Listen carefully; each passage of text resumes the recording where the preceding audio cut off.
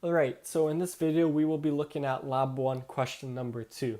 So before we get started, first we have to determine which units we're going to use throughout this question. Refer back to the first video where I showed you guys the table of consistent units.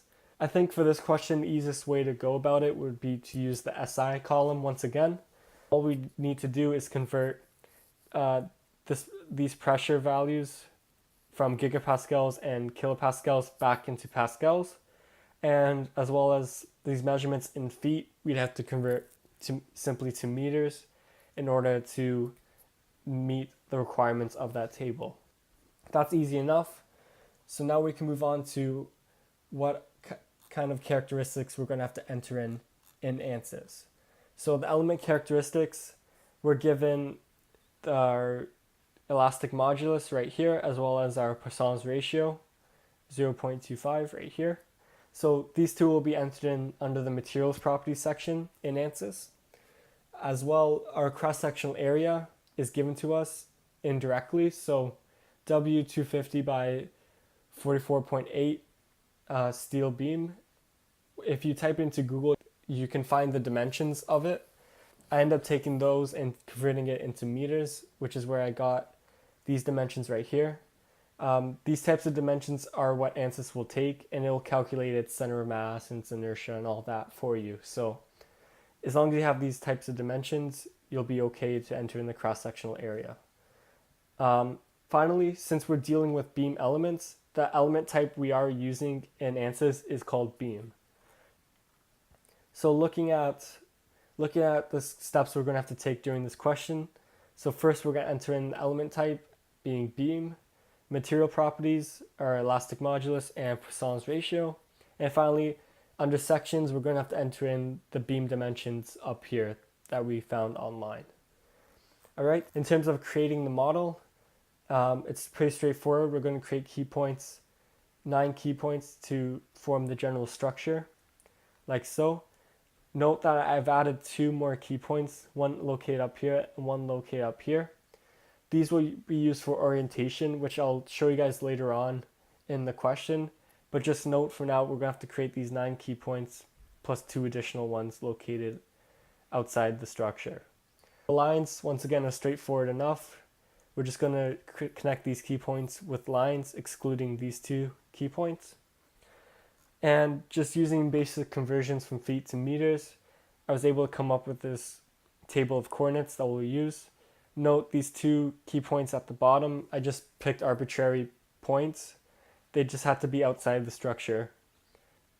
And also note that I did round the feet measurements to the nearest half meter, essentially just to make it easier for us in the question. Moving on, mesh for this question. Once again, we are going to divide the lines that we create one time. Another thing that we have to watch out for is the orientation key points. Under the mesh section, we will be using them, so that's something to look out for during the question. And finally, the loads and constraints. We know that we're applying a pressure load up here and down here, and as well as the constraints. We know that these 3 points are fixed in the X and Y axis. They won't have any degrees of freedom. All right, so with all that in mind, we can start with the question. All right, so once we have ANSYS opened up, we're going to start by opening up the preprocessor menu again, selecting element type, add, edit, delete, and we're going to click on add. And note we're going to select beam this time, and we're going to select 2 node 188, then click OK. And beam 188 should appear right here. I'm going to click close. And we're going to close down the element type. So now ANSYS knows we're dealing with beam elements. So now we can go ahead and define the material properties. So open up Material Properties tab, Material Models, Structural, Linear, Elastic, Isotropic. So Poisson's ratio was given to us as 0.25, and our elastic modulus converted to pascals was 210 E9. Click OK. and we can exit out, close down material properties. So now we have our material properties entered in, the type of element we're using. Now we're going to define the cross-sectional area of our elements. So we are going to select on sections, open up beam elements, click on custom sections, and we are going to select this drop-down menu and select on the I-beam type. Notice the ID is 1. When we refer back to it during our mesh tools, it's going to have an ID of 1. Here are the dimensions of the beam that I talked about earlier. So this is what ANSYS will take, and it will calculate your inertia and everything based off of these measurements. So knowing that, I can go ahead and enter in these values. Alright, so I've gone ahead and entered in these dimensions here into the chart. So everything, the cross-sectional area, its inertia, all that has been calculated by ANSYS based off of these dimensions. So we can go ahead and click OK and close down the sections tab. So now we are good to go and start creating our model. We're going to open up the modeling tab, click on create, select key points, inactive coordinate system, and just going off the chart, I'm going to very quickly enter in all of these points.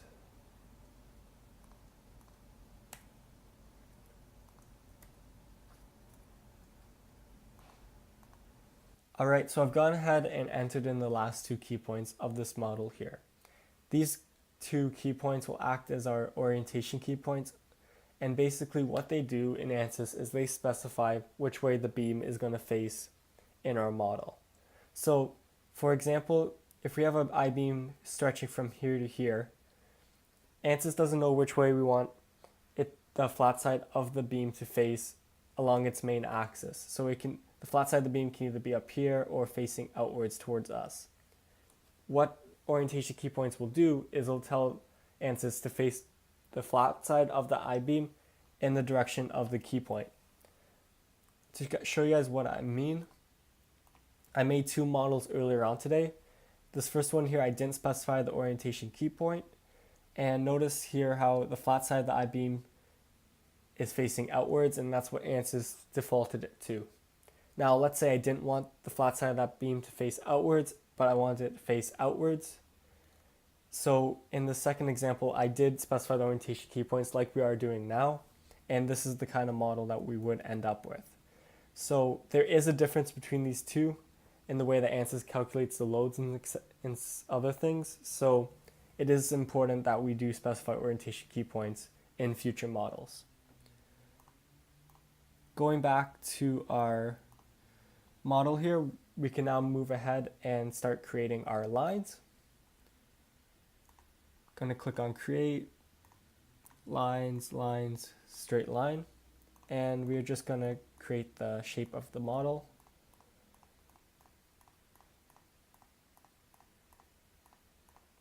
Alright, so click on OK, and we can close down the modeling tab here, and we can move on to meshing our model. So we're going to click on mesh tools, and we're going to make sure that lines is selected on the element attributes. Click on set, and we're going to select on all the horizontal lines this time in our example. The reason we do this is because this is where it asks us to specify orientation key points. So pick orientation key points, we're going to select on yes, and all this data is the material properties we entered in earlier, so that's okay. And now I prompt you to enter in our orientation key point. So since I selected on all the horizontal lines, we want the flat surface to face upwards, so we're going to click on the orientation key point up here. Click OK. And now all these lines know which way to face the I-beam. We can now repeat this process for all the vertical lines in this example. So line set, and we're going to click on all the vertical lines here. Click OK. Make sure that yes is selected, and verify that the material properties are the same that we entered in before. Click OK. And we're just going to select on this point out here because we want all the vertical beams to have a flat surface facing outwards, let's say. Click OK. And now all these vertical lines know which way to face. They're I-beams, so we can go ahead and enter in our size controls. So lines set, and we're going to select on all lines on this model. And earlier we discussed we wanted each of these lines to have a division of 1. So we're going to click on OK, and a screen should change like so. We are then going to click on mesh because everything has been properly defined, and we can go ahead, select all the lines, click OK, and mesh our model. So we could close down our mesh tools window, close down meshing, and we can move on to applying our loads and constraints. So we're going to close down the preprocessor tab here and open up solutions. Click on define loads, apply structural displacement on nodes, and here we're going to select on the bottom 3 nodes to enter in our displacement values. Click OK.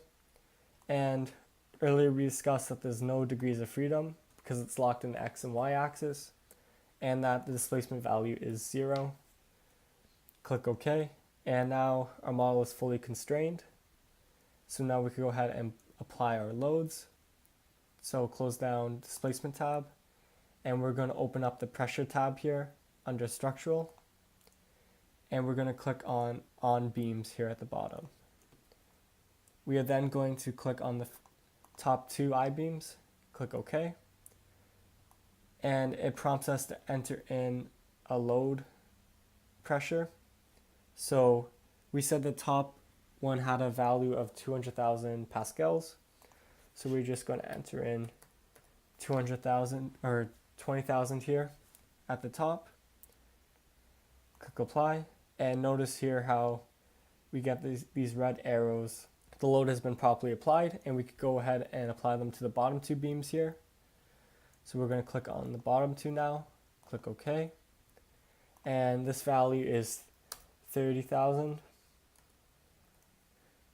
Click OK, and now a load of 30,000 pascals has been applied to the bottom 2 beams here. So we can close down our loads tab here and go ahead and solve the model. So we're going to click on solve, current LS, OK, close, and now our model has been solved. So we can go ahead and extract the data from our model. So question A asks us to show all our nodal numbers, element numbers, boundary conditions, and loads applied. So to do that, we're going to click on plot controls, numbering, and we're going to turn node numbers on as well. We're going to select element numbers right here. I'm going to click OK, and all our node and element numbers should now appear. We are then going to click on plot controls again, go down to symbols this time, and make sure that all applied BCs is selected. And we're going to switch the show pressure to the arrow settings right here. Going to click on OK. And if it hadn't already been displayed, all the arrows of the body constraints and loads applied should now be on your screen. So that's number A. Now going on to B, they ask us to specify nodal reactions. We are going to close down our solutions tab here and open up general postproc. We are going to select on list results here, and we're going to go down to reaction solutions. Click on all items, OK. And here we have all of our reactions at the nodes that have the body constraints applied to them. So nodes 1, 14, and 17 are down here at the bottom, so that makes sense. And these are our values in the X and Y direction. Close that down. So now it asks us to specify nodal deflections. So once again, under list results, we are going to select on nodal solutions this time. And we are going to open up degrees of freedom. And since the beam isn't a truss element, it can be displaced in the x and y axis, but it can also have some rotational displacement as well. So if we want to view just the xy displacement, we can click on displacement vector sum here, click OK, and we'll get our table of values for all of our node numbers and their displacements. But if we want to look at our rotational displacement this time, we can click on the rotational vector sum right down here, and this will give us how much each element is being rotated in our structure. So we can close that down now. And finally, it asks us to specify the maximum stress.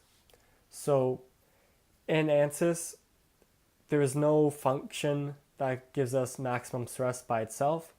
However, we can call upon the axial direct stress from our model as well as the bending stress from our model. And if we add those two together, that will give us our maximum stress. So first we're going to have to define an element table to get our axial direct stress and bending stress. So we're going to close down list results here, and we're going to open up element table.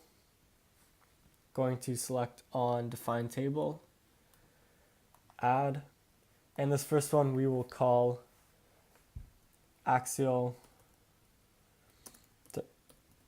direct stress. Alright, scroll down, click on by sequence number, and make sure that SMISC is selected. And now we have to find the command number that will extract the axial direct stress from our model. If you guys remember from our first example, we had to go to the help menu to find this number. So we're going to do that once again. So I'm just going to exit out here and open up our help menu.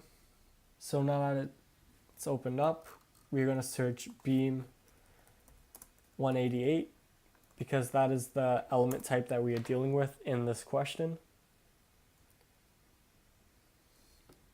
All right, we're going to click on beam 188, and we're going to scroll down to the command chart here at the bottom.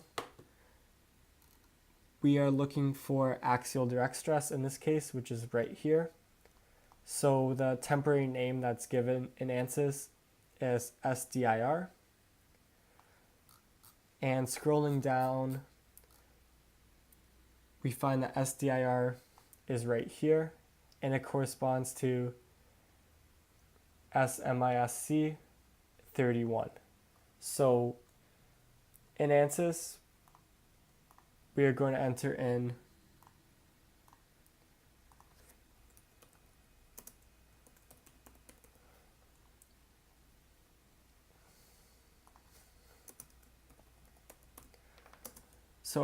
we are going to enter in by sequence number, SMISC, and 31. Click OK, and all the information should appear right here. The second one we have to define is the bending stress. So going back to our chart, we are trying to find bending stress, which can be found right here. So we're going to define it in the y-axis for this example. So bending stress on an element is found right here, SBYB, and scrolling down, SBYB is associated with the number 33.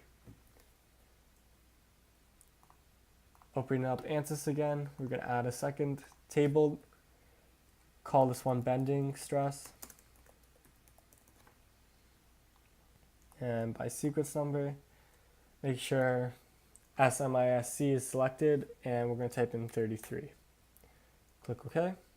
We can go ahead and close this down, and we can go ahead and plot all the data. So we're going to click on list element table, and notice here how axial direct stress and bending stress are given to us. So we can click on OK, and that will give us all of our axial direct stresses.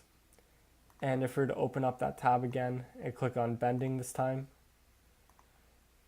we'd get all of our bending stresses listed here. And the maximum stress would just be these two values added up.